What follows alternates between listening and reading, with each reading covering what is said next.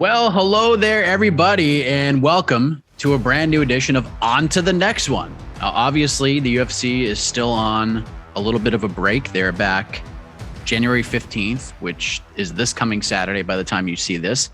We're here for part two of our On to the Next One prediction series. Last week, we took a look back on how we did last year. This week, we take a look ahead to 2022 with one of my absolute favorite shows of the year, the Predictions Extravaganza. And we're doing something a little bit different this week because not only can you consume this edition of the program on the MMA Fighting Podcasting Network, but it is also available, if you're watching right now, you know this for a fact, on the MMA Fighting YouTube channel. This is not something we're going to do all the time, but I figured for a special edition like this, let's ramp it up and go video and the whole nine. So get excited, everybody. I am Mike Heck, and joining me as always, the 2021 predictions champion of this duo, the co-host, the co-matchmaker, Mr. MMA Fighting himself, the Prince of Positivity, and of course, the best friend, Mr. Alexander K. Lee. Hello once again, AK. It is a new year. This is exciting stuff.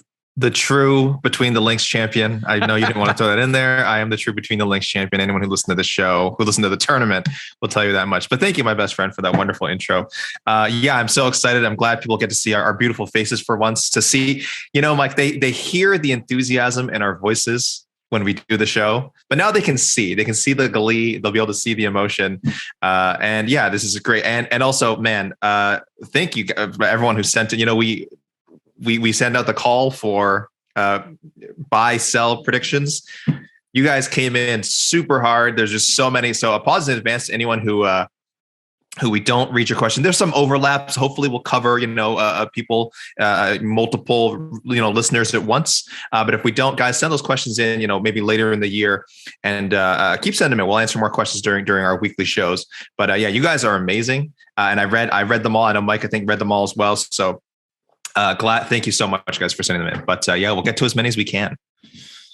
Shout out to all of you who submitted questions. I'm probably going to skip the name thing just because there's just so many, and if you sent them, and we appreciate all of you. And sometimes like five people asking like the same question, right? So exactly. Yeah, exactly. So some of them were worded a little differently. Some of them, like there were a couple in particular that we just changed. I just changed the wording altogether. I liked where you were coming from, but wasn't necessarily like the buy sell, but we liked your thought process and we went with them. So there's probably like 25 or 30 of these. And so basically here's how this all works. If you missed last year's show, we, like AK said, we asked the listeners to submit these questions. There were so freaking many. We had to narrow them down, probably like 25 or 30. We'll read them off, no particular order. I have a little system. I shuffled them last night and I shuffled them again this morning before I went to work out. We'll say, based on the questions, whether or not if we will buy or sell, and then we'll give sort of a brief explanation as to why. We have seen these, but AK doesn't know where these are all going. I actually don't even know where they're all going because I shuffled them twice, but we're going to go on after the buy sell portion and predict who will be UFC champions at the end of the year in each weight class. And then we will wrap things up with our bold, muy caliente prediction for 2022. And in a time where nothing is impossible, this is a bit tough, AK, if we're being honest. So before we get into the buy sell, AK, are you ready? Are you pumped? Are you excited? I'm as ready as I'll ever be, as ready as I can ever be for an episode of OTTNO, which is always like maximum 90%, because there's always that 10% of like in MMA. We just don't know what's going to happen. Absolutely. So let me go ahead and click this. All right, here we go. Podcast magic. Podcast magic. You can see how the sausage made. We're actually dressed kind of nice because normally we do these like right after we go to sleep at like 5 a.m. after a UFC pay-per-view, and we're in like pajamas or wherever we slept. I'm in PJ. Yeah, absolutely. I'm in a robe. Oh, okay. A couple of Conor McGregor questions to begin things, AK. I think it's how last year began as well. Last year, I believe the first question was Conor McGregor will fight at least 3 times in 2021. This year, a little bit less.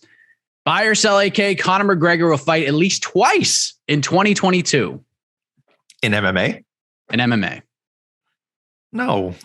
Sell again. The guy's got an injury. We don't know if he'll be back maybe in the summer, and then we don't even know who he would fight, what happens in that fight. If he wins, does that motivate him to fight again in UFC? And if he loses, does it motivate him to fight again in UFC? It's so hard to tell because he has so many options, win or lose. If he fights he might not fight in MMA this year. Maybe somehow another boxing match materializes. I don't know. That's sort of an outside prediction. But even if he fights for the UFC this year, it's not going to be twice. I think we get one MMA fight out of him. Possible he fights twice in the UFC, but I will sell this. I say he fights once. I know he is hoping, and his coach is hoping, he'll be back sometime in the summer. I don't think that will happen. So I think he will fight once, probably towards the end of the year. If they go back to New York and MSG in November, I could see McGregor headlining that card. So I'll say he fights once. He'll fight on that MSG card, and we'll see. I mean, if he fights twice, it would not shock me, honestly, because he seems to be doing very well with his recovery. But yeah, I'll go with once. The second McGregor question, aka buy or sell that Conor McGregor will fight for a UFC title in 2022. Oh my gosh. Boy, that's tricky. Because like I said, I think he fights once. And I'm trying to think what gets him up for a UFC fight besides a fight with Nate Diaz, which I think we all have been saying that's probably something they're going to want to do if they can outside of the UFC someday. Him and Diaz, that is. Another fight with Poirier, which of course he wants. But gosh, to see them fight 3 times in 18 months. One of the wins was pretty convincing for Poirier. The second one, freak injury, but also I think Poirier was on his way to winning that too.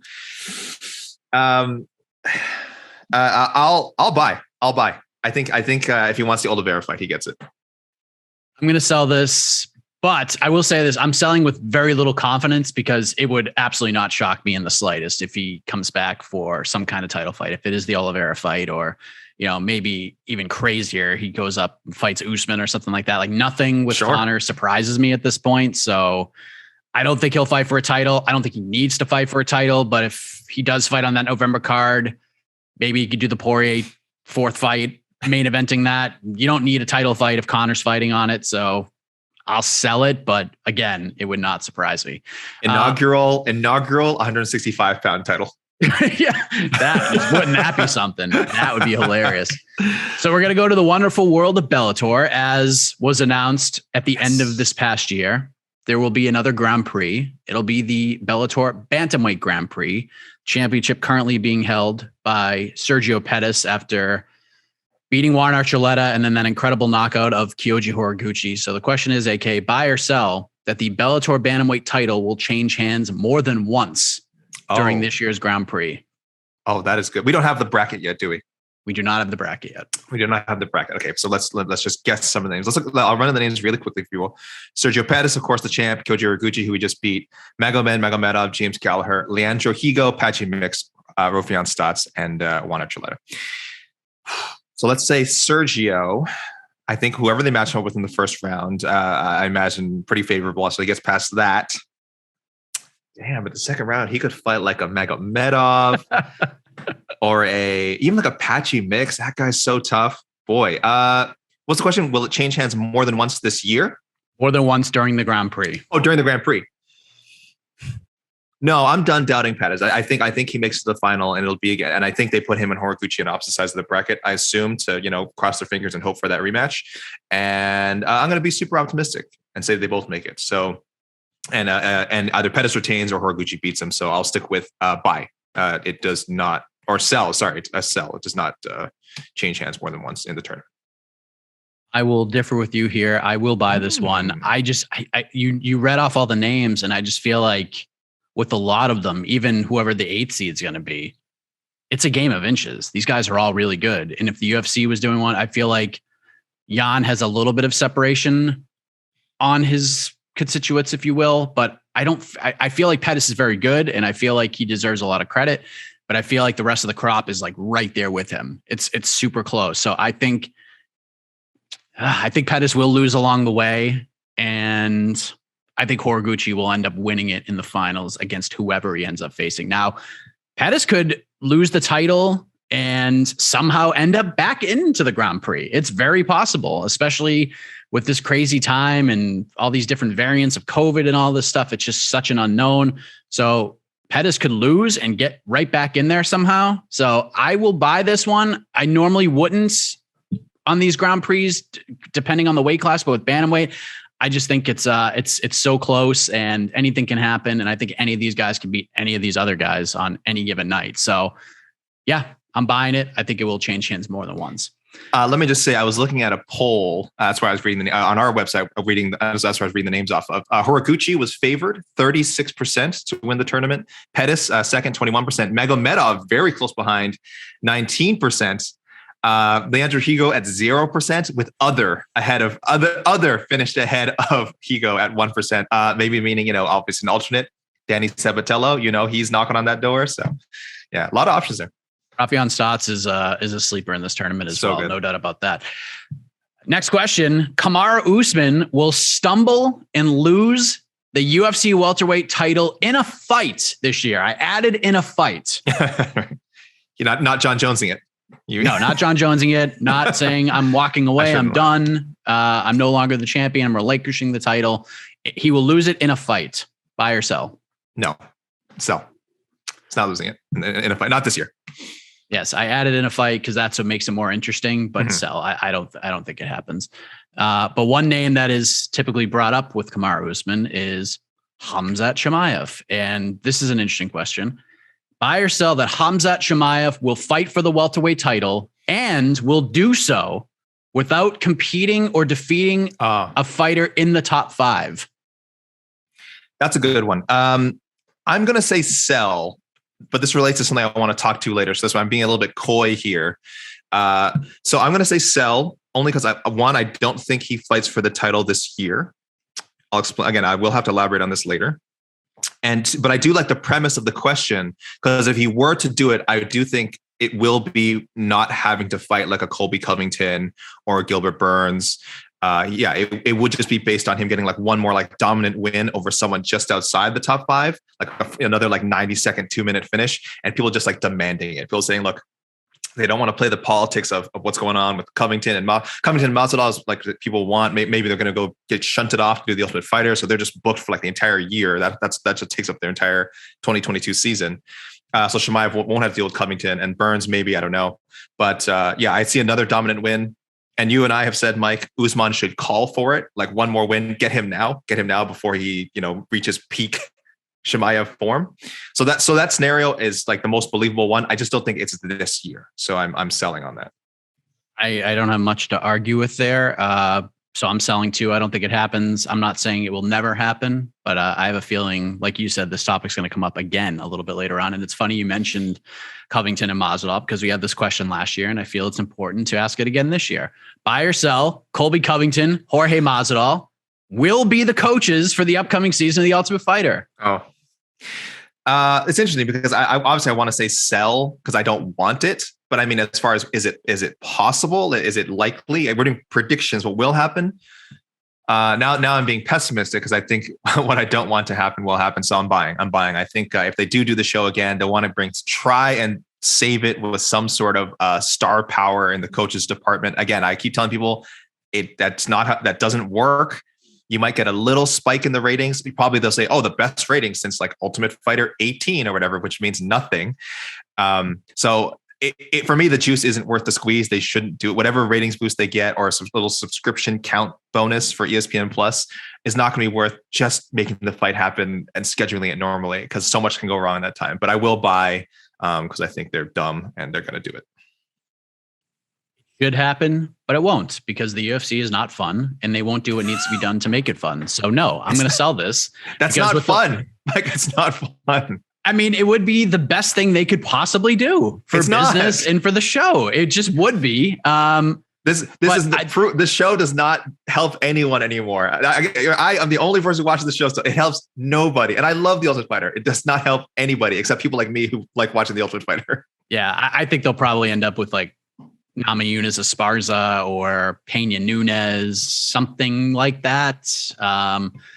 Maybe if they sign Kayla Harrison, maybe Kayla's a coach, who knows? But I don't think it'll happen. I just don't. You're dealing with two individuals who want certain things in their own way, and there's nothing wrong with that. But I feel like between the UFC and Colby and Masvidal and Masvidal's team, it's just that you're asking a lot to lock all of these guys up. So I'm just gonna play it safe and check off the other and go from there. Speaking of Kayla Harrison, AK, buy or sell, Kayla Harrison will not compete in the PFL in 2022. Well, if anyone heard my bold prediction on Between the Links, then I have to sell on this because I do think that she's going to work out some weird thing where she fights. She does the PFL season. And gosh, this is tricky though, because PFL season typically ends in December. I don't know if I don't think they plan to reshuffle at all this year. So yeah, but I'm selling them. Then I think she does fight in the PFL. I would like to see some sort of co-promotion thing happen either before the season or after with Bellator. Excuse me. But otherwise, I do think the PFL is still in her plans. I think the money's too good. I think she does enjoy the competition there, even if she is kind of just running through it.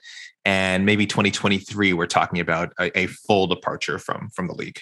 Yeah, I'm selling this. I think I've been saying this from the beginning. I think she's back with them in 2022 because why the hell wouldn't she be? Why not try to get that easy mill? And I don't know who said this, but maybe it was Jed on Between Links. Maybe you said it, but 155, that division, it's going to run its course. And the time is probably now.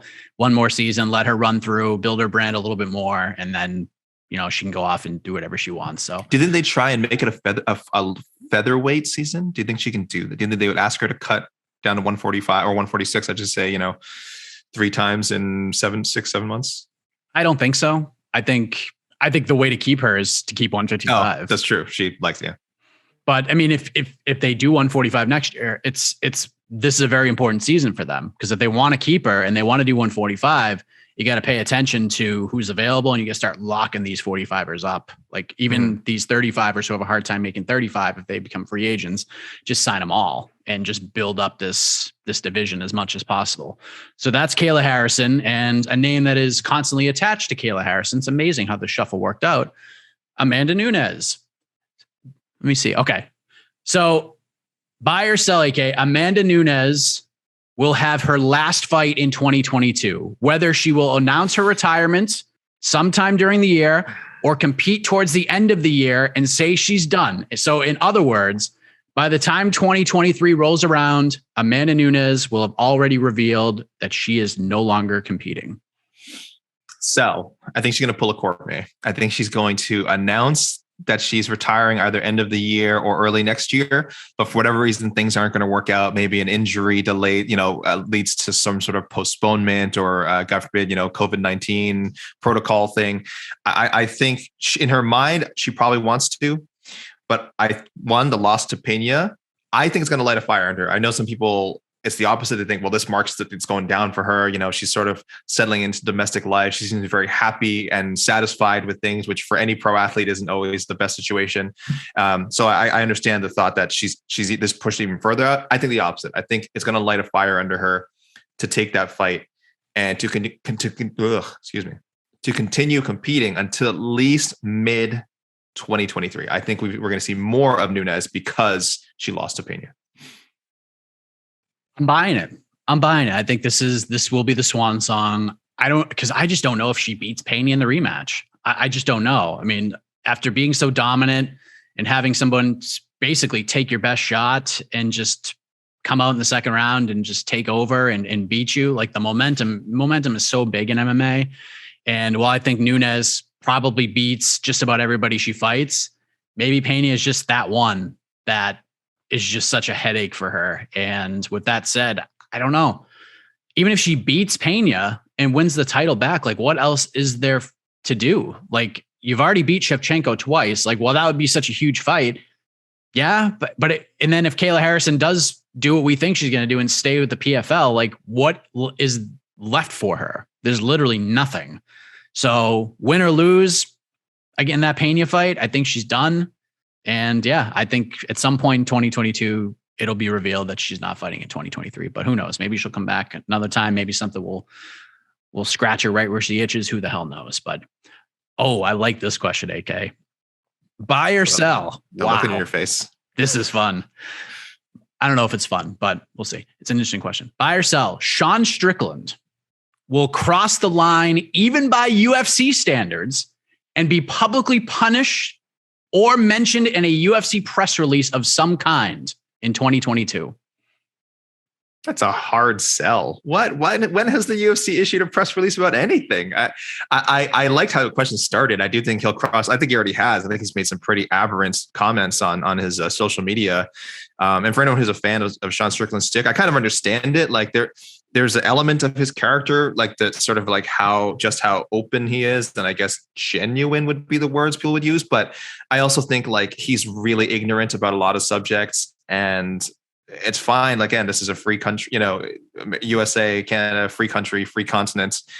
Say whatever you want, but there should be consequences. The UFC does not have a proven track record of doling out these consequences. So no, I don't know. He'd have to say like, I'm gonna threaten violence towards like a UFC executive or something, and even that would probably be handled behind closed doors. I don't even know if that would be public. So no, big time sell. No way. I think the UFC is looking at some point to make an example out of somebody. Like, I'm not saying like they'll release him or anything like that, but yeah, I mean, I'll just go with history and say that won't happen. So I'll sell this, but he's going to be very close to even the UFC line, to even the Dana White, like we don't censor our fighters line. I mean, he's going to be in front of enough microphones where things, it could get even more out of line. So I'll sell it, but it wouldn't shock me if this actually happened, because they're not going to do with Conor or Jon Jones or any of the bigger names. And Sean Strickland is becoming a more popular fighter, but certainly a guy that you can use as an example to kind of weed out some of the negativity and try to put a positive spin on something. But I'll sell it. I don't think it's going to happen. So does it count if it's ABC or ESPN or Disney? I can't imagine it was Disney itself. Does it count if it's one of the parent companies that releases some like a statement? No, right? The question specifically says UFC, right? UFC. So I think it'll go hand in hand. Like if ESPN or ABC or Disney comes out with a statement, I'm sure the UFC will have to go along with it. True. So okay. I would say they kind of go hand in hand. So, all right. Ooh, well, we knew these names are coming up at some point. They might come up multiple times. AK, buy or sell, either Jake or Logan Paul will officially sign with an MMA promotion. May not compete in a fight in 2022, but one or both will sign a Gordon Ryan-esque deal with a major promotion stating that if either does actually fight in MMA, they will have to compete in said organization only in the future. I'm on record. I've said this. I'm a broken record at this point, saying one of the Paul brothers will fight in the UFC. I don't think it's this year. I think more likely they would. It sounds backwards that they would start their own promotion first and then go fight for the UFC. But as you said, like the next 2 or 3 years of the combat sports kind of landscape is going to be it's so unpredictable, so bizarre, things we've never seen before. So you'll see, I think those guys have built up their brand in combat sports to such a level that they might, if the UFC wants to be in business with them, and I think they will be a year from now, it's going to require the UFC to do something unprecedented, but it will be worth it for them. I think the profits will be worth it. I think they'll do the math. They'll crunch the numbers and be like, yeah, okay, we can afford to do this. People aren't going to like it, but it's not going to matter. People don't like us raising the pay-per-view price by $5 either, and we just did that. So I don't think it happens this year. I want to see them not sign with the promotion, but just try and run their own MMA show. Even if it's not like a golden boy MMA promotions thing, like a one-off, just to see if they can, just as proof positive they can. And I think one of them will compete on. I think one of them will compete in the main event. And then after they've proven, hey, we are a legitimate, MMA entity, then I think that forces UFC in Dana White's hand and just kind of nip that in the bud. Kind of let's be a part of this and involve them, bring them in here, as opposed to have to deal with them as a sort of like competition, even if it's only like 1 or 2 events a year. I'm going to buy this. I don't think Jake will sign with the promotion, but I think I can see a world where Logan Paul is announced to be a member of the Bellator MMA roster. Maybe he doesn't fight till like 2024, but I think I could definitely see them doing a UFC CM Punk-esque kind of announcement where they introduce Logan. They say he's going to compete in an MMA fight. He's going to do it in Bellator. Maybe they'll do a pay-per-view, like a Showtime pay-per-view event featuring him. But Logan, yes. Jake, no. I'll take a shot in the dark. I'll take a flyer. on one Logan Paul, and yeah, we'll all talk about it, and we'll all be kind of nauseated by the whole thing. I could see Logan also, like, he's a Bellator. He's sort of serving as an ambassador for Bellator, letting people know the show is on Showtime. Get those Showtime streaming numbers up. You know what I mean? So yeah, that would be huge for them, even if not to fight, but just for Bellator to bring them in. So yeah, so I am selling for this year. I guess I am, unless I said they make their own promotion. Anyway, I am selling with them signing with an existing promotion. Mike, you're buying. So a lot of options there. Sticking with Bellator. Buy or sell, Dillon Danis will fight in 2022, an actual MMA fight. Sell. He's not a fighter. He doesn't want to fight. He liked the idea. How many times did he fight for Bellator? Twice? Yes. Twice. I think he likes me on the call himself fighter. He's a great grappler, of course. He has that reputation. He'll always have that forever. Very accomplished jiu-jitsu competitor, but he's not a fighter. Fighters fight. I know he's dealing with injuries, but he'd rather talk. He's a social media personality. He likes to call people out, and his followers and whoever and his fans, they enjoy that. And that's fine. Why should he ever actually have to step back into the cage again? So yeah, I'm not sure what he does as far as competition goes, because I'm pretty sure he's done with jiu-jitsu competition as well. But I just don't see him fighting anytime soon, if ever again. Yeah, this might be the easiest one of all. Selling. He's not fighting. Definitely not this year. Prove us wrong, Dennis. Prove us wrong. Yeah, prove us wrong. Prove everybody wrong. Maybe he'll fight Helwani at some point. Who knows? There you go. Now you've said it. No, I've said it. We knew this question was coming. AK, buy or sell, Johnny Bones Jones will fight for the UFC heavyweight title in 2022. Yeah. He's gonna fight. He's gonna fight this year, right? And he's so far moved. I mean, I still think he can make light heavyweight if he really, really, really wanted to. If you gave him like 4 months in advance to kind of cut back down, it'd be brutal. But he's really committed to changing his body. I mean, we know, you can just look at him,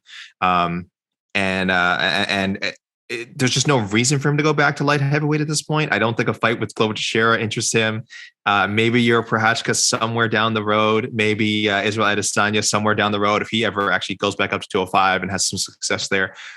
But he wants Ngannou, or he wants Ciryl Gane, or he wants Stipe Miocic. He wants all these guys at heavyweight. And I do think he will find a way to get back into the octagon this year, despite all the stupid things that he has done outside of it.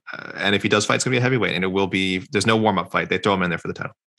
I'm definitely buying this. I was a little hesitant last year, but I'm definitely buying this. And I think he will be the heavyweight champion at the end of the year. A little spoiler for the second round of the show, but yes, Jon Jones will fight. I think it happens before the midway point of the year.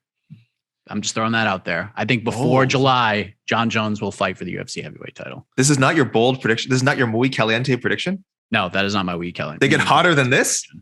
I don't know. We'll see. Like I said, nothing is impossible. I feel pretty good about that one. I have no insight whatsoever, but I feel pretty good that this is actually going to happen this year.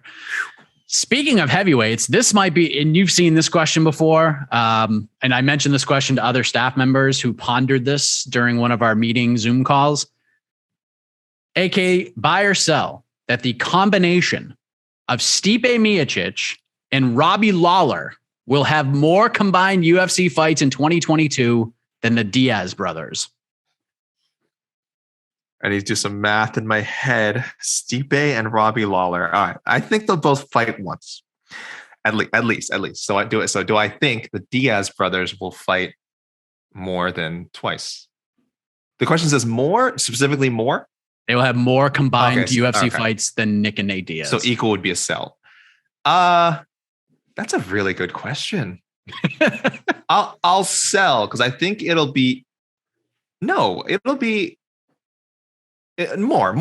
think Lawler fights once. I think Miocic fights at least once. Maybe Miocic maybe more than once. And I don't think Nick Diaz fights at all.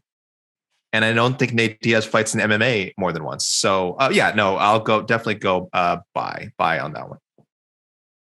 So I'm trying to do math in my head too. So yeah, it's tricky. It's a good question. Nate will fight for sure. Nick, I'm not ruling out at all. Mm-hmm. He's a hard maybe. He is back. He is technically back. Man, this is tough. I'm basically betting on Stipe and Lawler each fighting at least once, but may need one of them to fight twice. I don't think Robbie fights twice. So Stipe would have to fight twice.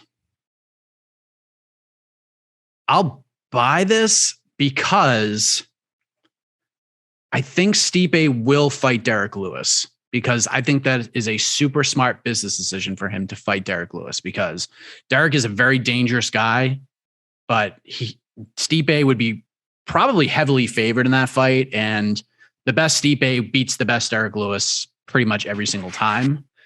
So that'd be pretty smart on Stipe's part. And honestly, if he does fight Derek Lewis and wins, he'll probably fight for the belt by the end of the year.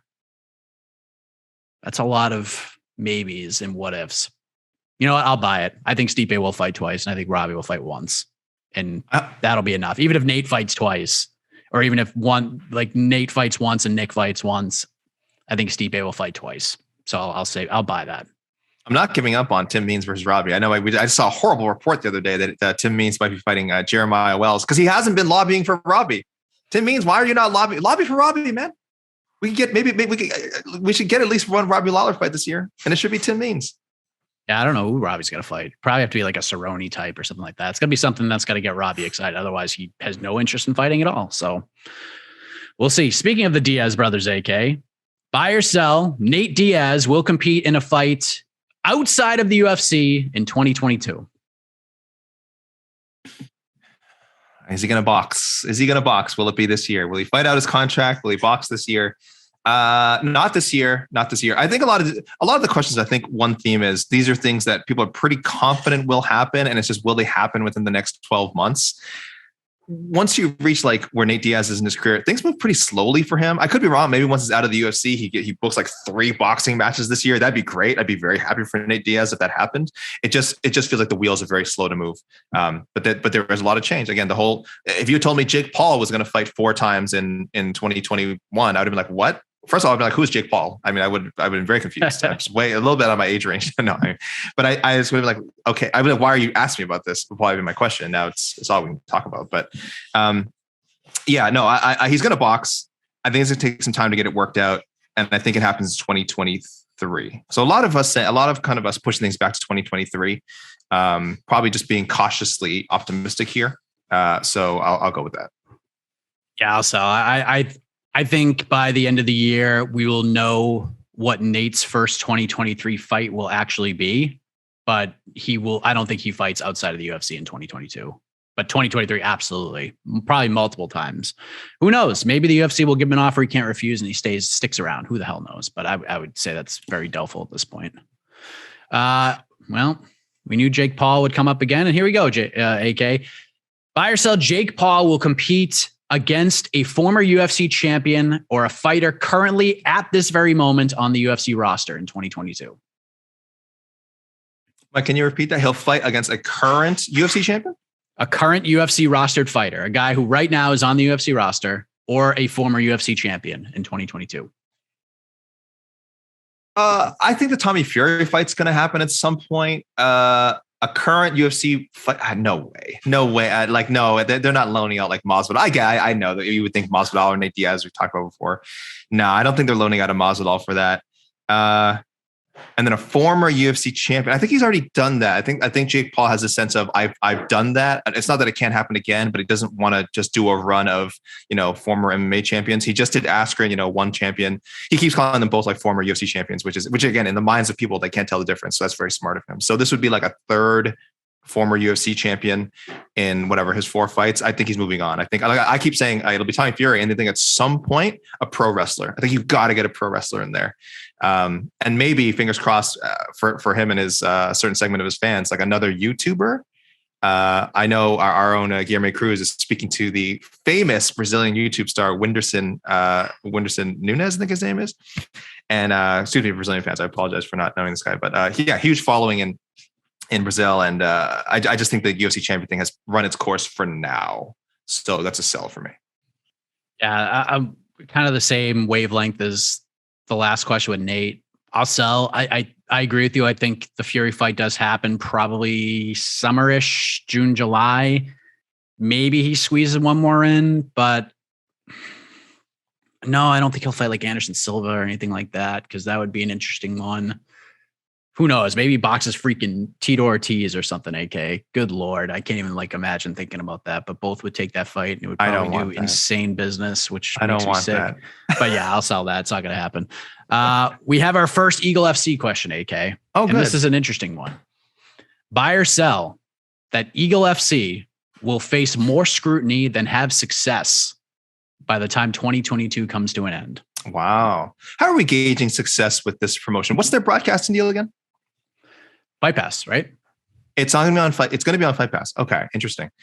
I don't know how we're going to gauge success, because I don't think he would gauge it by like amount of subscriptions earned. Maybe if somehow it generates an insane spike that coincides with its US debut, then you have to attribute it to them. But that's social media numbers, like everyone's writing about it, and the numbers are great for all the websites, and people are talking about, like maybe they're above, like people view them above the LFAs and the CFFCs and the CESs of the world. Like they're kind of in the mix with the ones and the Bellators and such. I don't know. It's kind of a weird question, but here's what I'll say. There's one way that they can be super, super, super, super successful and surpass any level of scrutiny. If they get Artem Lobov out of retirement and book him to fight Tukagov, because let me tell you something, people, this is a little inside baseball. We ran some Artem Lobov story this week, and it did the most insane traffic numbers you'll ever see. I don't want to get into specific numbers, but just picture like what you think is a big story, like a Conor McGregor story or Jake Paul story. And like Artem Lobov disintegrated those numbers. It was crazy. So he's mentioned that he would love to fight Tukagov. That was part of his interview with Air on the MMA Hour this week. And if that fight ever came along, he would do it. Now, would he want to technically work for Khabib? I mean, probably not. But if the check clears, it's, business makes good friends, right? So would he do a one-off and fight Tukagov for Eagle FC to bring this like insane grudge match to one of their cards and like really boost one of their shows? If that happened, then I think I don't care what else happens, then it's considered a resounding success for Eagle FC. Otherwise, I think it's a little bit more of a slow build. I don't know how much scrutiny they're going to receive. I think they dodged a bullet by Bigfoot Silva not getting cleared to fight. That was ugly. That was going to be ugly no matter what. Rashad Evans, we'll see. I know people aren't crazy about that. And who knows what other veterans they're going to kind of, bring out to compete. And that always brings scrutiny from us in the media and from fans. So I'll say a soft buy that they will be successful enough that the scrutiny will be pushed aside and it'll be viewed as a good experiment for both Khabib and his promotion to come to the USA and for Fight Pass to host them. Okay, so you're saying more success than scrutiny? Yeah, more success than scrutiny. Okay, so that would be, but based on the question, that'd be a sell. That's a sell. Okay, soft sell. I'm definitely gonna buy this, and look, I think they will have success, but I have concerns. I have many, and I hope they come to light at some point. I'm concerned for sure with some of the matchmaking. You mentioned Bigfoot Silva. Rashad Evans scares the hell out of me. Diego Sanchez fighting Kevin Lee scares the hell out of me. And I'm more concerned about the business structure and the potential conflicts of interest that this organization is clearly showing right off the bat. There is a bazillion questions that I have, none of which were asked at that press conference last month, which I understand why, but they should have been asked. What Ali's, where he stands in this promotion, I have no idea. And that's a question that needs to be answered. And until that is answered, there will be lots of scrutiny by the end of the year. I just think there will be. He's just a polarizing guy. Even if he has nothing to do with the promotion at all, we're seeing a slew of his fighters getting signed. And if this is and a lot of people are concerned that this is like the second coming of World Series of Fighting. Like it's a conflict of interest. If you're actually working for the promotion and your fighters are all getting signed to this promotion that you're working for, like if somehow he's a secret matchmaker and nobody knows, that's a problem. That is a very big problem. So maybe they will have a successful year. Who the hell knows? Maybe there will be lots of scrutiny, and maybe that scrutiny will lead to even more success. But I think there's going to be a lot more questions, some concerning questions about Eagle FC. I hope I'm wrong, because I want everybody to succeed. I want every promotion to do well, but I just have too many questions that I need answered. And I don't think we're going to get the answers to those questions anytime soon. So such a journalist. You're such a real journalist, Mike. Yeah, asking the hard questions. You're always asking the hard questions. I really want them to do well. I want Khabib to be super successful as a promoter, as long as it's done the right way. And if it's shown that it's all being done by the book and there's no conflicts of interest and anything like that, great. I'm a happy camper. Everybody wins, but hopefully there's nothing more. Maybe the Mike Russells of the world can come through and give us some answers to these questions. So just look the other way. Bury your head in the sand and clap your hands like a seal. Come on, Mike. Go. We'll see what happens. This is a kind of a curious one. It seems kind of obvious, but I really don't know because we don't know any answers right now. Maybe they'll change by the time this thing airs. But buy or sell, the PFL will find a home on a major network or streaming service for 2022, whether it be back with ESPN, Amazon, or a partnership with some company that will make us say, wow, that's a big move right there. Yes. That's a buy. That's a buy. They showed a lot of potential with their product. They showed a lot of flaws, certainly. Some of them out of their control. I understand their broadcast could be a super drag. But like I said, we don't know how much that is the PFL is doing, how much that is their broadcast partners doing. There's growing pains, being on ESPN, being an MMA promotion on ESPN. That's not the UFC. And you're trying to do things a different way. You're gonna hit some speed bumps. So I think they're gonna refine that process a bit, and I think people see potential. It wouldn't surprise me to see them back on ESPN, but I think they do have other options around that range. Again, NBC Sports is where they were before. I don't know if they can go back to there, but the product is live sports in general. Live sports is one of the most valuable products that you can have. And I don't know how the ratings were exactly for PFL, but probably good enough, comparable to like similar time slots that I think most networks or streaming services would be happy to have it. So I'll go pretty confident buy on that one. Yeah, if they end up I know they're doing their Challenger series or whatever it's called on Fubo. So hopefully that is just a Fubo exclusive and we're not doing everything there, because Fubo is obviously a popular streaming service and channel and such, but I wouldn't consider that like a big thing. But I will buy. I think they get something done. I could see them back on ESPN, maybe Peacock. I think Peacock could be interesting. Maybe not with NBC Sports, but still with Universal and on that streaming service. I hope for the latter. But if they go back to ESPN, I hope you're reading me and you're looking into my eyes, PFL. You go on ESPN Plus only, okay? Listen to me. ESPN Plus only. Do not go on any broadcast television network, because if the pacing is anywhere near what it was last year, I ain't watching. I'm not watching. If they say, Mike, I need you to cover PFL, I'm saying no. I'm not doing it because I don't have 17 hours to watch a card. Go on a streaming service, control the production, and make these cards move swiftly. I don't want to feel like I'm watching MMA for 4 days for one card. I don't want to do that. So stay off of broadcast television, go streaming.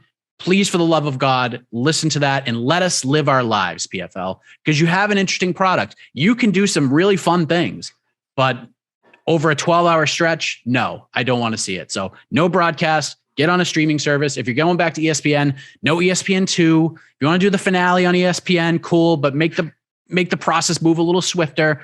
But control your own production and make it fly like an old UFC Fight Pass card. Just boom, boom, boom, boom, boom. That's what we need. You want to do a little promo? Great. But that's it. We don't need 45 minutes of talk between every single fight. We don't. So streaming service, I think they will find one, but please just be on a streaming service. Don't go on television. Please, please, please. I'm begging you, PFL. Mic drop. Big time, Mike. A helpful mic drop, though. That was an educational mic drop, a mic drop of love. Yes. I mean, I don't know about you, Mike. I enjoyed the intrigue of them possibly being delayed 90 minutes by a high school boys football game in Texas. So speak for yourself. I hope they're back on ESPN and like on ESPN2, and just that was crazy. That was like Peppa Pig levels, like broadcasting disaster. And again, I'm not blaming PFL. I get it. That's what happens when you're on a major network. Unfortunately, you have to work to a schedule. So yeah, you make some great points about ESPN Plus being on a streaming service, maybe being the better option right now. Yes. Buy or sell. By the end of 2022, AK, Bellator will realistically be able to stake the claim that they have the best fighter in the world in at least one division in MMA. Oh my goodness. Not promotional BS. I mean, realistically. Oh my goodness. What are we doing? Are we pushing this Corey Anderson thing? Who sent this? Did Corey Anderson send this question in? Is this AJ McKee? Maybe AJ McKee sent it in. It could be AJ McKee. Boy, I would love to know what our guys' rankings will look like if Anderson like runs through Nemkov and then records a tail defense and Teixeira loses his title, or there's just like a lot of fluctuation at the top of light heavyweight. Maybe we have like 2 different champions at light heavyweight by the end of the year. Excuse me. Read the question again, Mike. By the end of 2022, Bellator will realistically be able to stake the claim that they have the best fighter in the world in at least one division in MMA, and that a lot of people will agree with them. Yeah. You know what? Yeah, screw it. Since we started our global rankings, I think anyone who's seen them, look, they're pretty UFC heavy. I think anyone's rankings are, and I don't think that's unfair. I think because of just how, the popularity of the UFC, the fact that even though we criticize fighter pay all the time, it's still, of course, compared to a lot of leagues, still, very, very high paid once you get to the top. You're going to have, and I say this with respect to other promotions, I think 80% of the top fighters in the world are still in the UFC.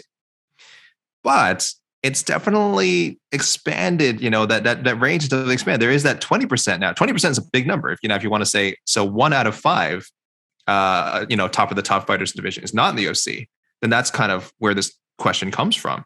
And that's where you get the Corey Andersons, the AJ McKees. I mean, the Gegard Mousasi's, I don't think he could be the best again, but I mean, he's number 3 still in our rankings.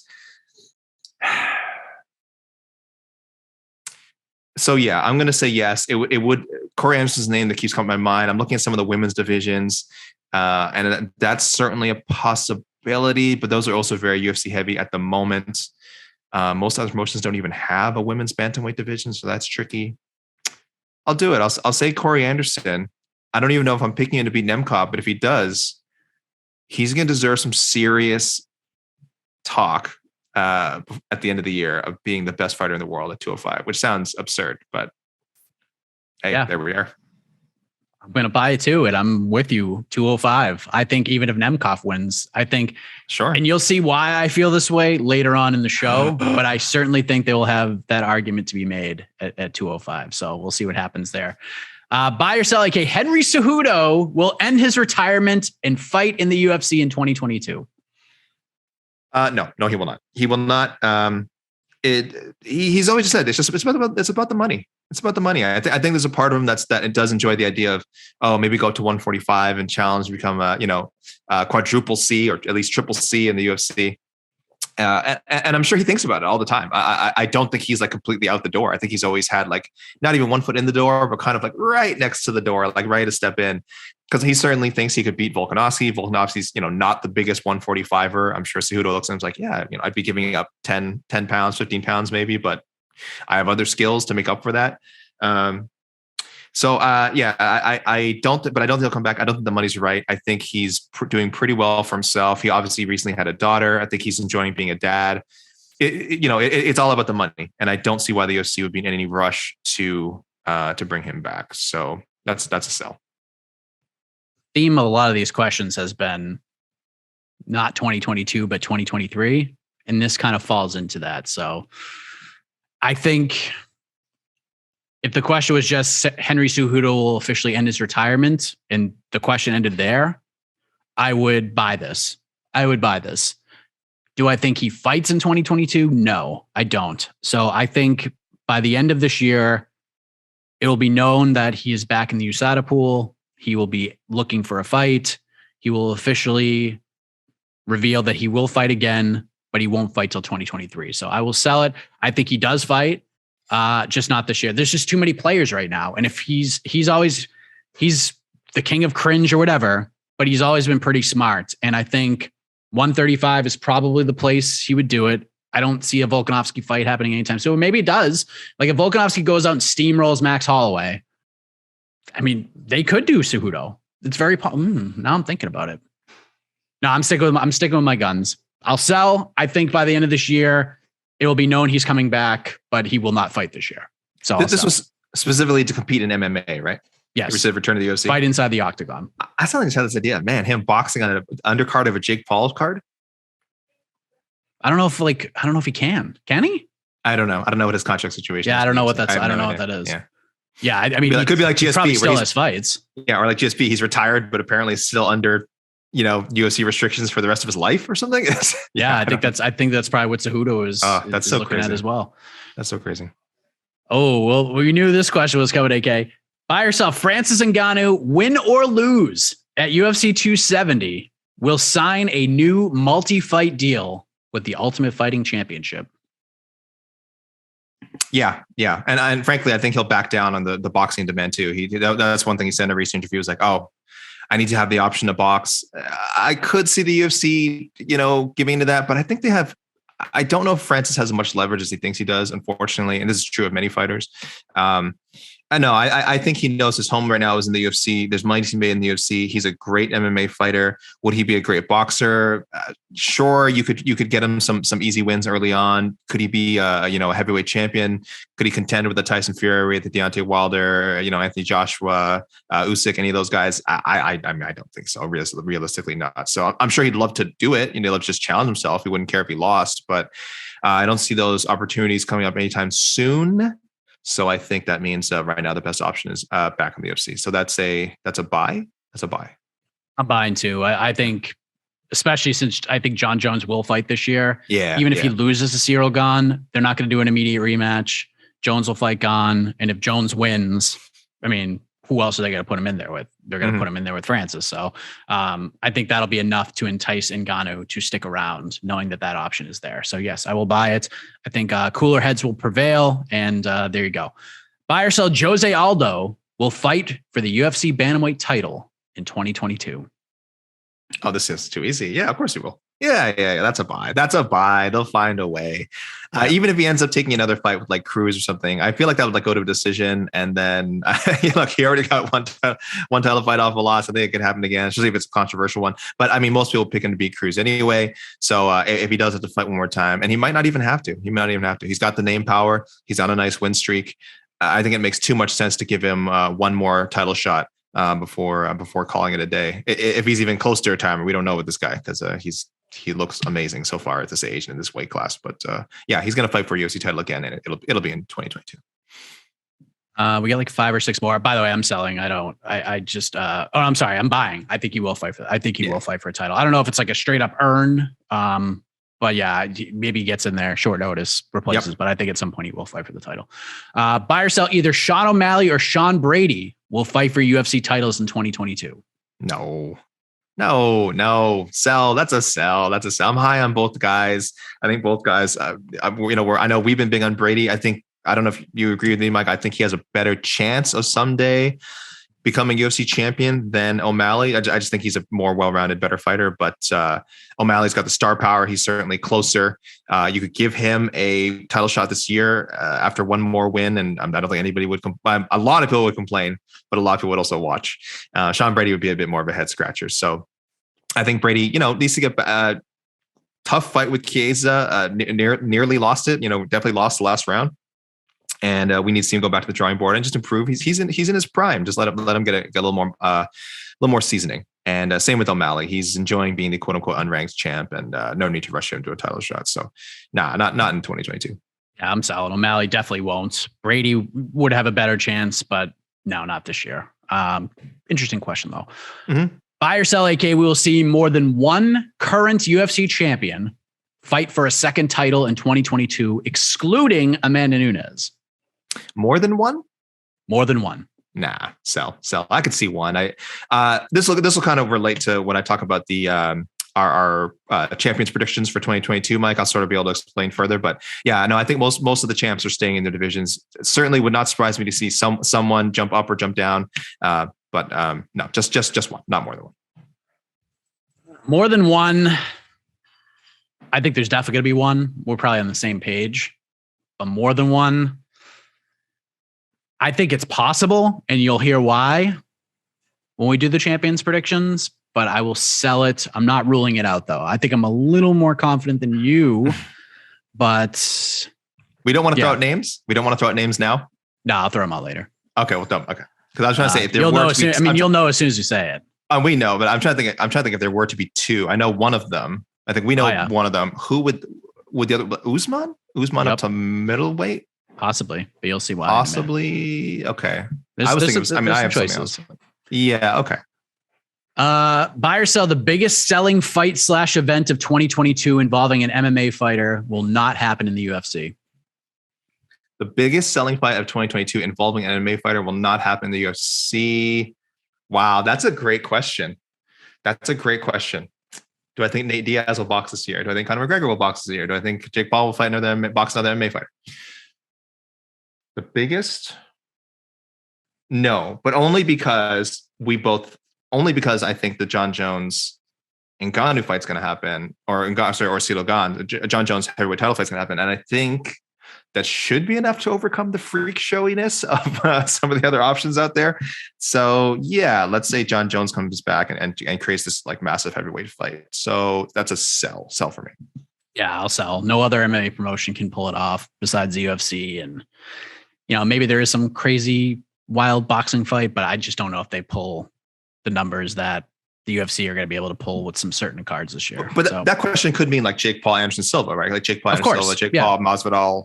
Do you think a Jake Paul Masvidal would be bigger than because I just don't think that fight's happening, because I think that would be bigger than Jon Jones. If Conor fights at MSG in November, that'll be the biggest, in my opinion. Okay. I don't think it's doing 1.4, 1.5. Okay. Fair point. I just don't see it happening. Buy or sell, the UFC will end the year with the same amount of divisions it begins the year with, which is 12. Oh, right. So this could mean either will they add atom weight? Will they maybe copy Eagle FC and it go 165, 175, or will they dump women's featherweight? Yeah. Will they lose women's featherweight? That's the big one, right? I'm one of those people who says women's featherweight never dies. So even though, not because I'm like super fond of the division, I just think they for at least a little bit longer, they'll keep finding ways to keep it alive. I don't think. God, so for me, the question is of addition. And atom weight is certainly a possibility. Women's atom weight specifically, I should say. And I don't think they'll do the 165 thing. He's very, Dana White's very against it. I'll go. That's a great question.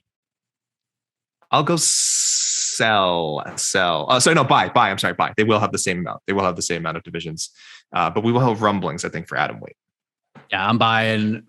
Because on an official level, I'm with you. I don't think UFC will publicly say women's 145 is done, even if Amanda rides off into the sunset. I think they will keep it open for at least a few months in 2023 because, like we both talked about, we both think Kayla Harrison will fight in the PFL. And I think they will hold out hope that maybe in 2023, she can come along and kind of take the division by storm. So I think at least while...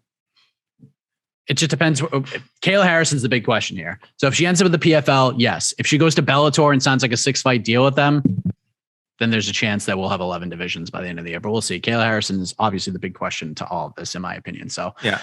Listen, they've hilariously had featherweight rankings, which is just Amanda Nunes's face and then nothing beneath her on their official, like on UFC.com rankings for like 3 years. So, or however long she's had the title. So they really don't care. They don't care if people think of it. So we get 2 more questions, AK. One, all right. Buy or sell, at least 3 current ranked UFC fighters will find new homes in MMA in 2022, whether it's with Bellator, PFL, ONE, Eagle FC, you name it. At least 3 currently ranked UFC fighters will officially sign with different promotions sometime this year. Ranked by the UFC, not ranked by the MMAfighting.com. Yeah, we'll go with UFC rankings. Fine. Hold on. I just had to rank this up and let me bring them up. For me, by the way, this is almost definitely a buy. I can't even think of specific names, but I just think there's so much turnover these days. And I think fighters are more aware of their options. And if we're talking like top 15, that's a lot. That's a wide range. Now, if you narrowed it down to top 10, I'd probably go sell if we're going narrowed it down to top 10. But based on the ranks, yeah, you could see guys. I mean, Brett Johns. Some people remember Brett Johns last year was still ranked. I think he was ranked with the UFC when he left. It was around like 14, 15 and left. And like nobody noticed that it happened. But he left the UFC on a win streak and lost his first Bellator fight. But that was one guy who left. So there was a bunch that it happened in 2022 with in 2020 with quite a few names. And I could see it happening here. We do have some young up and comers now, a lot in the UFC rankings, filling out the bottom half. But no, is it 3 or more? Is it 3 or more? Right? At least 3. At least 3? Yeah. Oh yeah. Yeah. I'll do buy. I'm not super confident about it. I'll go buy. Yeah. In sync. Buy. Don't know who, don't know where, don't know how, but it's Nice. happening. Like, just look at the heavyweight. Mike. Just look at the heavyweight division. There's probably like 3 heavyweights that'll move on to like a different promotion, like Walt Harris or Jairzinho or somebody like that. Like, I could see like one of those guys certainly going over. And yeah. So I'll buy that. Last one, AK. This one I might have to read a couple of times, but I thought this is a very interesting question. By the time we do this show in 2023, the UFC will be without 3 or more of these names on their active roster: Francis Ngannou, Conor McGregor, Nate Diaz, Israel Adesanya, Dustin Poirier, Kamaru Usman. Whether it be due to free agency or retirement, by the time we do this show next year, at least 3 of these fighters will not be UFC fighters: Ngannou, McGregor, Diaz, Adesanya, Poirier, Usman. Sell. Diaz, sure. I think gone. McGregor, yeah, very likely. All right. By the time we do this next year, I think he's going to. No, I think so. There you go. I'll give you 2. I'll give you Diaz and McGregor. I mean, those are, I guess, the most obvious ones.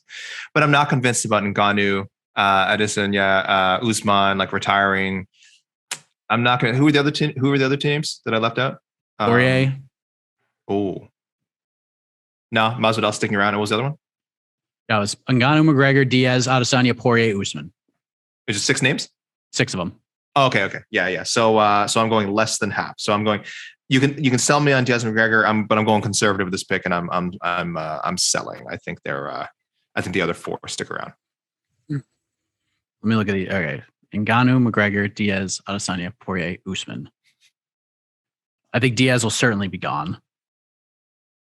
McGregor, I think, will still be around because of all reports, even our own Ariel Helwani. McGregor's got 2 fights left in his deal. I think he's going to fight once in November, so I think he'll still be there.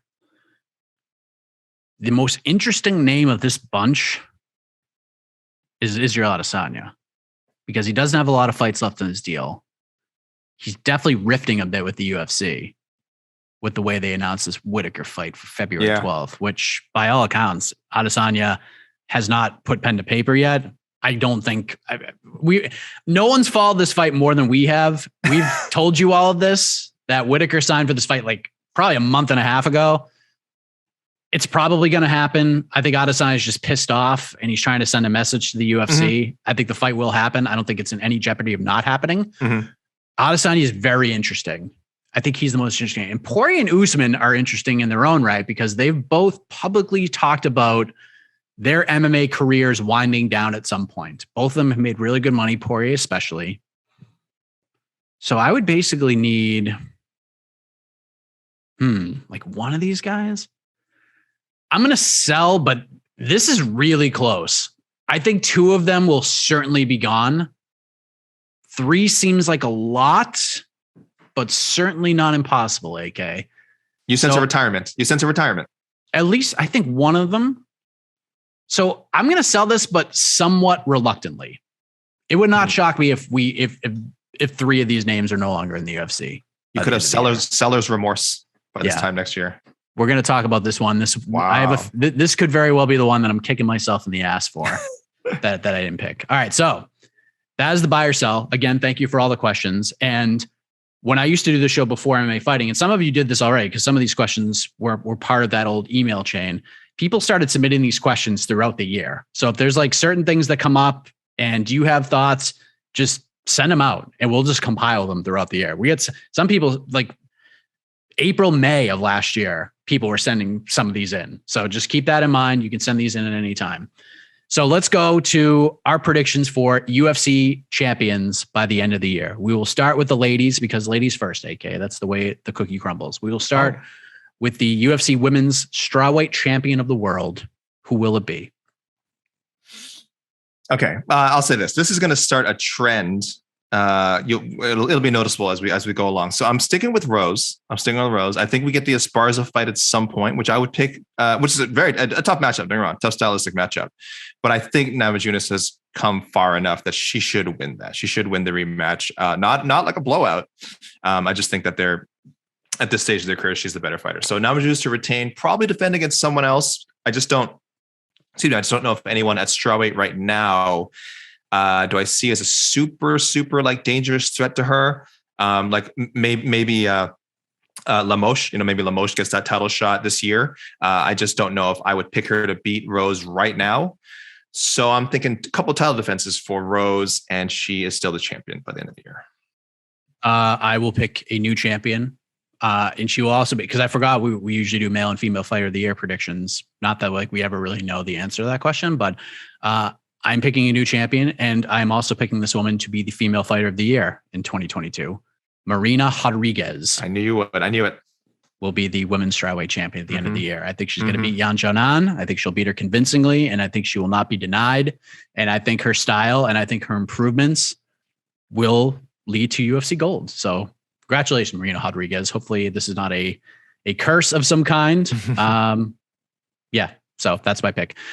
Women. So right now, women's flyweight seems somewhat easy. We got Valentina Shevchenko. We got some interesting challengers coming up over the next year or two. We've mentioned a lot of them, a lot of the rookie of the year nominees. We got Tyler Santos getting ready to make some moves. Will Valentina Shevchenko still be the champion at the end of the year? Yeah, barring a vacancy. Like I said, I assume she's the name we're going to mention as possibly wanting to fight for another title, but I don't think the UFC would strip her of the flyweight title right away. I think like Amanda Nunes, should she win a second title, they would give her the, at least luxury of defending both of them at least a couple of times. I mean, technically they never asked Nunes to not defend both. So I think Shevchenko could do the same. So yeah, unless she's retires for whatever reason or is forced to vacate, there's just no one at flyweight yet. But someday, who knows? Casey O'Neill and Manuel Fiorot and Aaron Blanchfield and could be in the title picture, but just not yet. You're bantamweight champion too? No, actually. Okay. She's my bantamweight champion. So I have Shevchenko, flyweight and bantamweight champion. Okay. Who's your bantamweight champion? I think Nunes gets it back. I'm not on the Pena has Nunes's number bandwagon. I understand that the way Pena beat Nunes was not novel. That is how Nunes has lost before. So it was not a fluke. It was Pena implementing the game plan that has had success against Amanda Nunes in the past. So, but I do think if you just watch the fight, I think Amanda Nunes did not fight her best fight with respect to Pena, and Pena did fight her best fight. So she more than deserved to be the champion. I mean, she beat the best. You caught her. I think she made Amanda Nunes not fight her best fight. So I should say that. I'm sorry that Pena took her out of her comfort zone and made her fight the fight she wanted to, and that's why Pena is the champion now. But I think Nunes, with the luxury of rematch, the luxury of getting to strategize and prepare in a different way. I'm one of the people who thinks she is the greatest women's fighter we've seen. This is the big test. How do you rebound from that loss at this stage of your career where you've won everything? Can you find that motivation one more time to make those adjustments? I think she does. And I would also pick her to win a Shevchenko rematch if that fight happens this year. So I'm going all in on Nunes having a big year. Not that I think she necessarily fights Shevchenko this year, but if that happens, I'm picking Nunes to win again. Yeah, I might have to go against my Marina Rodriguez pick, because if Shevchenko wins a second title, it's kind of hard to deny her that. But yeah, like I said earlier, even if Nunes beats Juliana Pena, I still think I think she's done. I think she'll just say, all right, I avenged this loss. I ended it on top. I'm done. And then vacant title, Shevchenko versus Juliana Pena. They just do that. Shevchenko wins it. She's the champion. Will Nunes still be the featherweight champion at the end of the year, AK? I wrote down Kayla Harrison, but it kind of goes against like my weird predictions that she's going to fight for Bellator and the PFL. And you know what? Screw it. Somehow Kayla Harrison fights for all three promotions in the same year. All right. I said it. That's it. I don't need to explain further. You win if that actually happens. You win the show. We don't even have to go. We're not even going to do a predictions recap show. You would just win. Yeah, I say no champion. I don't think the division is closed, but I say no champion. I think it'll be vacant, and we'll see what 2023 holds. Maybe Kayla Harrison will be the answer by the end of 2023. All right, we go to the men. Who will be the UFC flyweight champion of the world at the end of the year, AK? So this is flyweight now, right? Yep. I'm going with my guy, one of my guys, Pantoja. I think I think Askarov might be making a mistake taking the Kai Kara France fight. Certainly Askarov can beat him, but that to me is a coin toss fight, and that's going to hurt him if he loses to Kai Kara France, and Kara France then will be on his way up. So I think Pantoja at some point does get the another fight with Moreno. I would pick Moreno to beat Figgy in their trilogy bout. And then I think Pantoja, I just like again, I know it's kind of, it's like, why can't it be like what I said with the Esparza and, Namajunas before, where, Esparza won the first fight and they're different fighters now. I just think Pantoja is again, either one of the top 3 flyweights in the world. And, if he fought Moreno, I don't know, 10 times, maybe wins 6 out of 10. But for me, that's enough. That's the odds. And I think he could beat him again. I know it's hard to beat anyone 3 times in MMA. It's hard to even get 3 fights with someone in MMA. But I think Pantoja could do it. So, yeah, I'm going a bit of an odd pick there. I like it. I was torn between 2 names, AK. One was the reigning, defending, undisputed champion, Brandon Moreno. And the other was our old friend, Manel Kape. And while I think Manel will have a massive year, I don't think he gets to a title fight in 2022. So with that said, I will go with Brandon Moreno to beat Figueiredo, maybe defend one more time, maybe against Pantoja. Maybe against Kara France or Askarov, but I think Moreno wins either of those fights and will end the year as the champion. Moreno, you got to remember, Moreno's not the most, he was very active in 2020. 2021, he only fought once, right? So, yeah, he might fight twice. And if Figueiredo beats him, they're going to fight again. There'll be another fight. So then they fight again. And I think if they do like a 2 out of 3 series, I think Moreno will win at least one of them. So, so I'll go with Brandon Moreno. Bantamweight. This is your division, AK. You've been singing the praise of the bantamweight more than anybody. And this is very interesting. We're going to have March 5th. Finally, we get to answer some questions at the top of the division. Aljamain Sterling versus Petr Yan, a unification bout. And a lot of worthy challengers right behind him. So who will be the champion at the end of the year? Will it be Aljamain Sterling? Will it be Petr Yan? Will it be somebody else? It will be Petr Yan.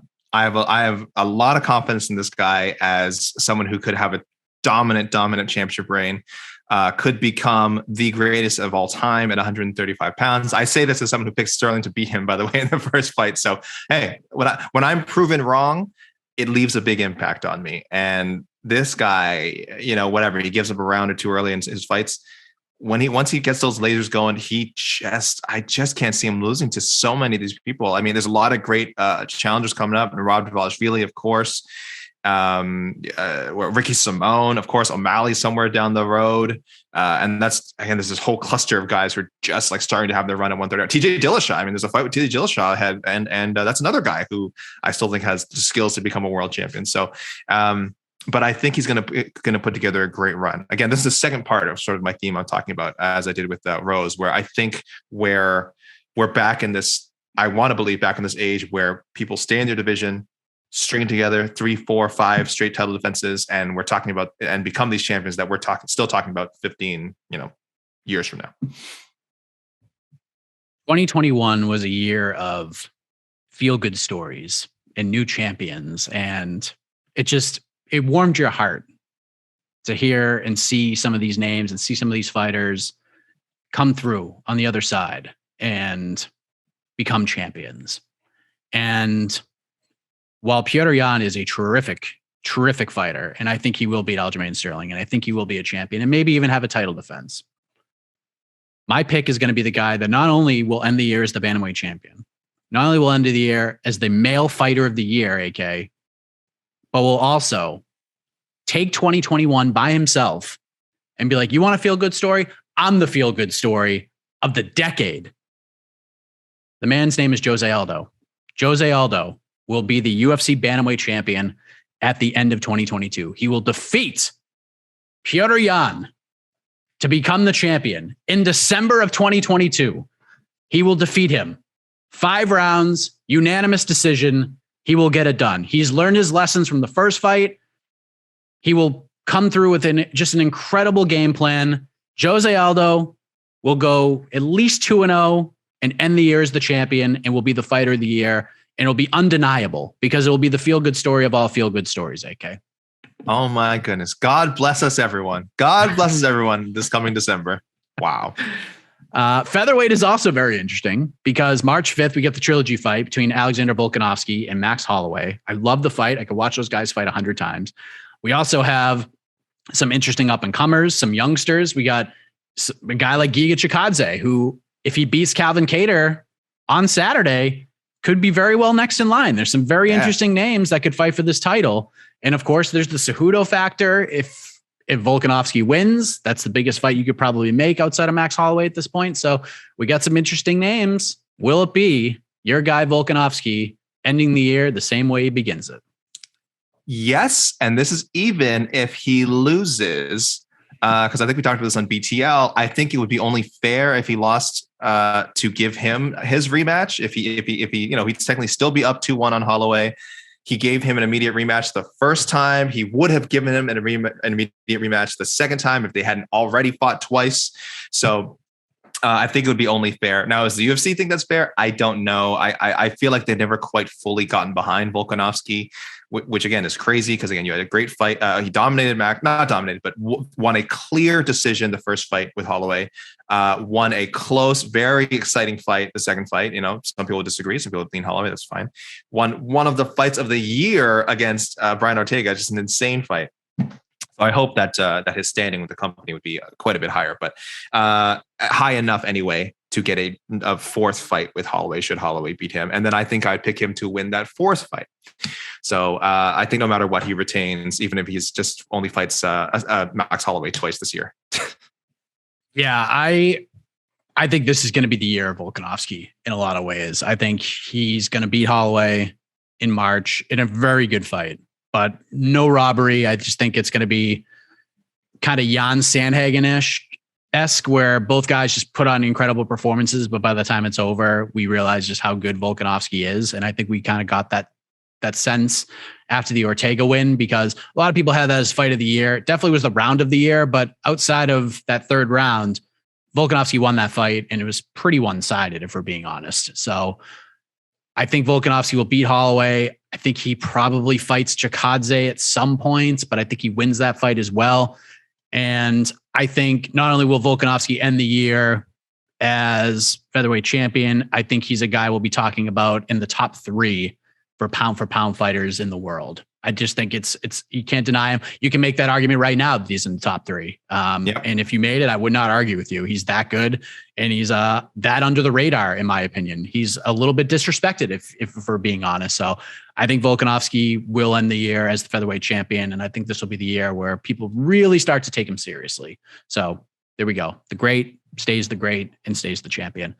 155, AK. This is where things could get a little saucy, because we got Oliveira, we got Justin Gaethje, we got Islam Makhachev, we got Beneil Dariush, we even have Conor McGregor in the mix. Hell, Dustin Poirier is still in the fold as well, if he wants to stay at 155. So there's a lot of interesting names in the lightweight division. We got some up and comers coming up as well. Who will end the year as the lightweight champion of the world, AK? Mike, you know where I'm going with this. I'm riding this train till the wheels fall off. The Bronx. Charles Oliveira is going to retain. I don't care. I don't care if he fights Makhachev. I think that's guaranteed to happen at some point. Well, obviously, I'm saying that I think he retains against Gaethje. I think that's another rear naked choke victory for Charles Oliveira, after, of course, getting brained a couple of times, because what Charles Oliveira fight would it be if he didn't let himself get cracked? So it takes a few hits from Gaethje, gets a few years knocked off his career, and then comes back with a rear naked choke victory. And I think he'd out-grapple Makhachev too. So I'm riding on this one. I know he has so many hungry, or at least say 2 very hungry contenders coming after him who I hope not, would not be favored. Gaethje would probably be slightly favored. Makhachev would almost definitely be favored. And I bet Makhachev would be like a -200, open to like a -200, which is just, come on. I know how the fight game works. It's just so disrespectful. I don't know what Charles Oliveira has to do to be viewed as a dominant champion. I guess, again, like I said, not get cracked in the first 90 seconds, but but I'm going with him to retain. It might not always be pretty, but I think he's going to take out Gaethje and he's going to take out Makhachev, and then who knows what happens there after that at 155. But more respect for this guy. Let's not forget that Makhachev might actually lose to Beneil Dariush. This is a very strong possibility. Makhachev is really good, but so is Beneil Dariush. There you go. And that's I know the odds aren't with Beneil, but I think he's stylistically, he's got a very good chance to win that fight. So either way, I'm with you, AK. I picked Charles Oliveira to end the year last year as champion, and I'm picking him to end this year as the champion as well. I think kind of like Volkanovski, I think Oliveira has come into his own. I think people are starting to take him a little more seriously, but not as serious as people probably should be taking him serious. I think we're all, outside of yourself, I think we're all sort of guilty of that. I think we've all kind of taken Oliveira for granted. Like I said, I started the year in January of last year. I said Oliveira would end the year as champion. And then as the year progressed, I picked against him. I know I picked him to beat Chandler, but I picked Poirier to beat Oliveira. I will not make that mistake again. Oliveira ends the year as champion. So welterweight, it's Kamaru Usman. Seems like the consensus pick here. I'm sticking with Kamaru Usman. Are you? Yeah. Again, we talked about before. The real question is, do you think he might want to, change divisions? Will he try and pursue opportunities outside the UFC and maybe not compete as much and then abdicate the belt for that? And will he just retire? We don't know. But I don't think so. I think there's enough reasons for him to stick around. There's just a lot of really good matchups waiting for Leon Edwards. I still think that has to happen at some point. Luque would be a great fight. I think Bilal Muhammad is making a very strong case for a title shot. So, and don't rule out Gilbert Burns somehow fighting his way to another shot. I know that's not really something people are thinking about, but he looked good against, Woodley he looked good against Usman in the first round. And then he got taken out. That's what made that fight so compelling, right? As he was such a great challenger. He looked like a great challenger, and Usman finished him. So how good he is was part of what made Usman's year so great. His 2021 Fighter of the Year campaign so outstanding. So a lot of great challenges for him. I know he's probably thinking about how can he make the most money, and do I want to do some of these rematches? But he has no shortage of contenders. So stick around. Maybe get another 3 title defenses. Maybe pick up another Fight of the Year award. I don't know. But he will be the champion though. I agree. I think Usman will be the champion. I think, and we talked about like a certain number of fighters, will they go up and challenge for a second title? And the other name I was thinking of was Kamaru Usman, because the man I believe will be the middleweight champion by the end of the year is Robert Whittaker. I think Robert Whittaker will win the rematch. I don't know when a third fight will happen between those two guys. I think the relationship between Adesanya and the UFC will not get better. I think it will at some point, but I think it's going to take a while to get there. And I could see Usman going up and fighting Whittaker at some point, maybe October, November. So I think Whittaker's going to win. I picked him last year. They just didn't get the chance to fight each other. So I'd be kind of crazy if I didn't pick Whittaker again, considering they didn't fight. And Whittaker's looked really good. And if there's one guy at 185, in my opinion, that can beat Israel Adesanya, it's this sort of 2.0 version of Robert Whittaker that we've been seeing. The guy who fought Kelvin Gastelum, the guy who fought Darren Till, the guy who beat Jared Cannonier in a crazy fight. The guy has faced the adversity. He's been in some tough fights, and he's found ways to win, and he's found ways to win dominantly when he needs to. So give me Robert Whittaker to get it done and end the year as the middleweight champion, AK.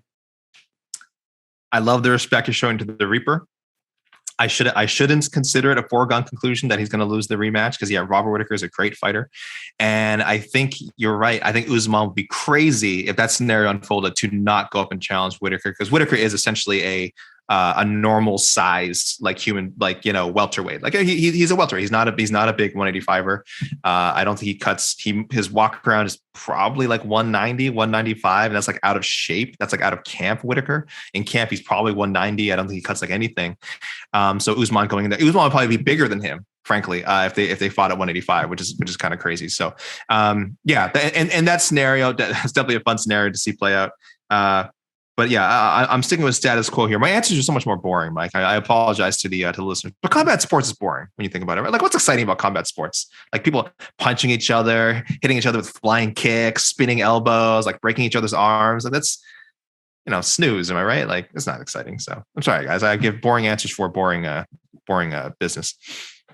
See how boring we can get at 205 pounds, AK. Who will be the light heavyweight champion of the world at the end of the year? As soon as I say that, well, I actually am deviating from my all the respect in the world to Glover Teixeira. He has nothing left to prove. I actually do think, believe it or not, Mike, I am picking him to win a hypothetical Prochazka fight. I think he'll get the fight to the ground, and I think his ground game will be too much for the Czech superstar. But I'm not picking him to beat Magomed Ankalaev. I think Magomed Ankalaev has the style to counter Glover Teixeira, and I think we will see him march his way to the top of the light heavyweight rankings by the end of the year, which is funny because I think he's still kind of only like a guy that hardcores are really recognizing. I don't know if the UFC has done a great job of promoting Ankalaev, considering he's won 7 straight fights. So they might want to get in that train soon, because I do think he'll be the champion heading into 2023. So I kind of have 2 choices here. It's either going to be no champion or it's going to be Glover Teixeira.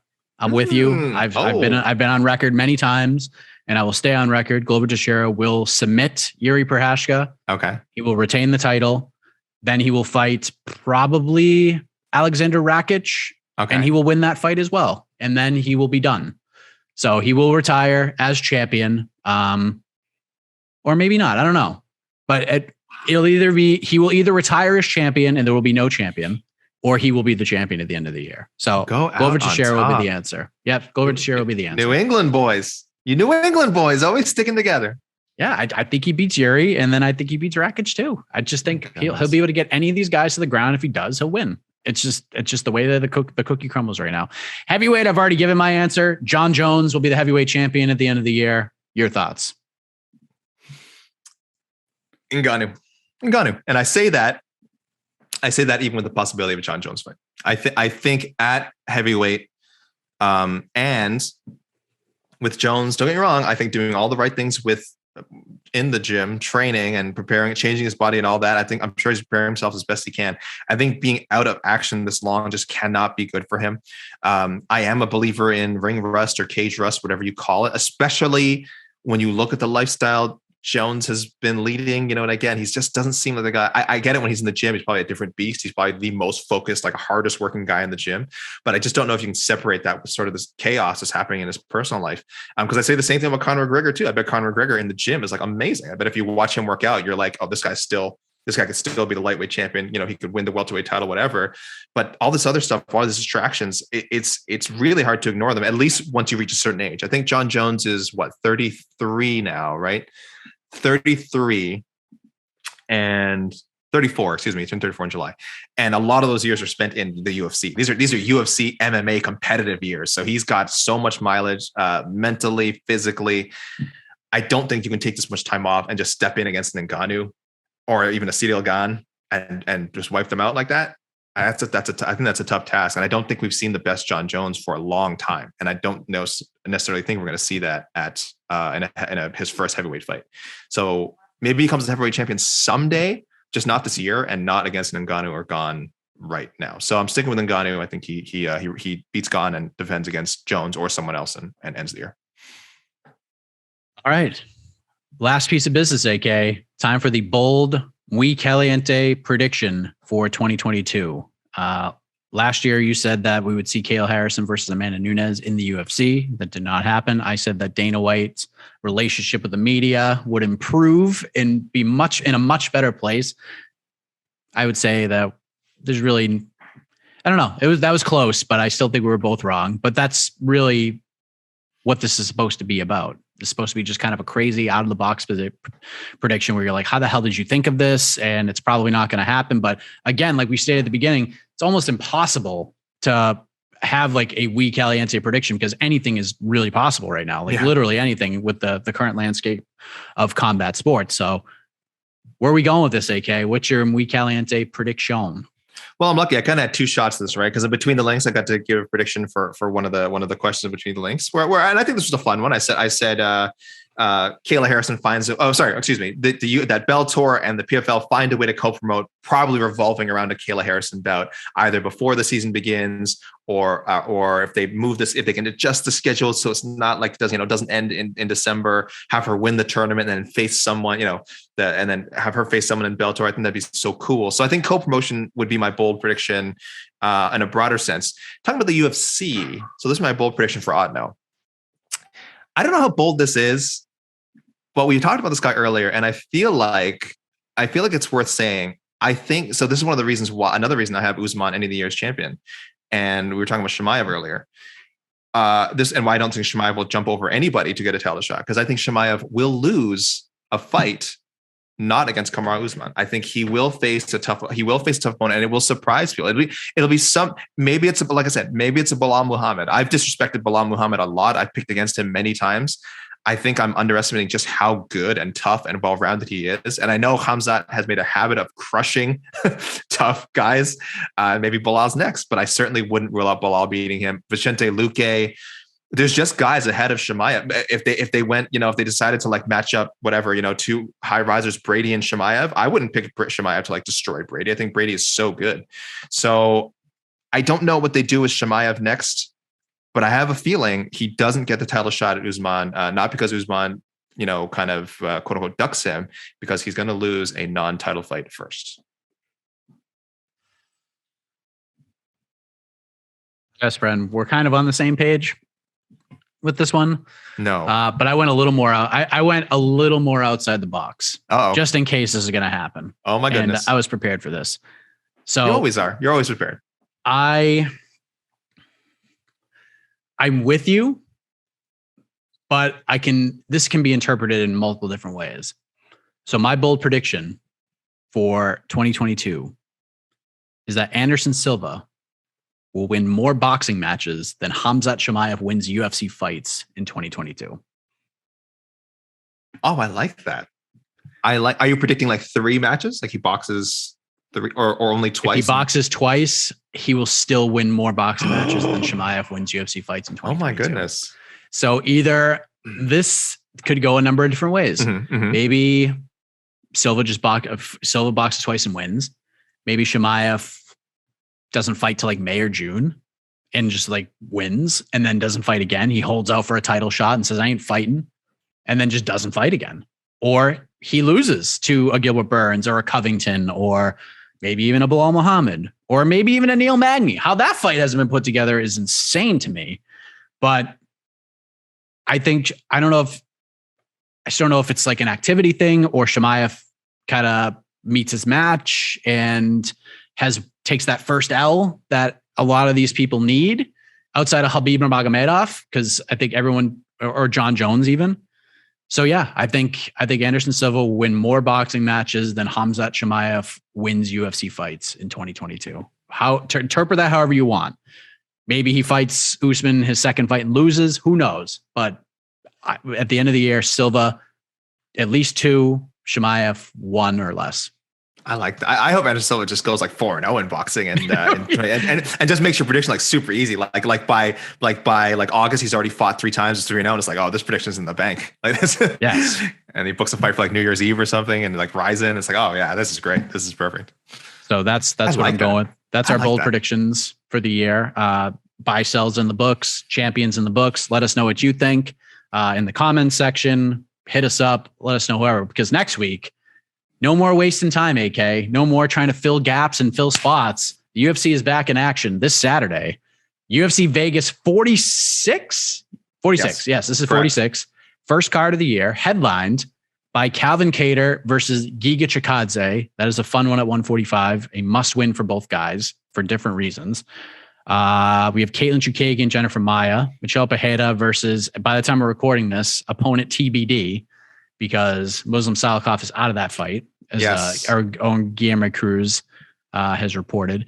Brandon Royval versus Rogerio Bontorin. I think that might be the most fascinating fight in my eyes, only because of the interview I did with Brandon Royval, who's trying to like calm himself. And I just don't know, like the battle within himself to fight calmly is so interesting to me because he's so full of chaos. Chase Sherman, Jake Collier, Joanderson Brito versus Bill Algeo. That's fun. Jamie Pickett, Joseph Holmes, Ramiz Brahimajov.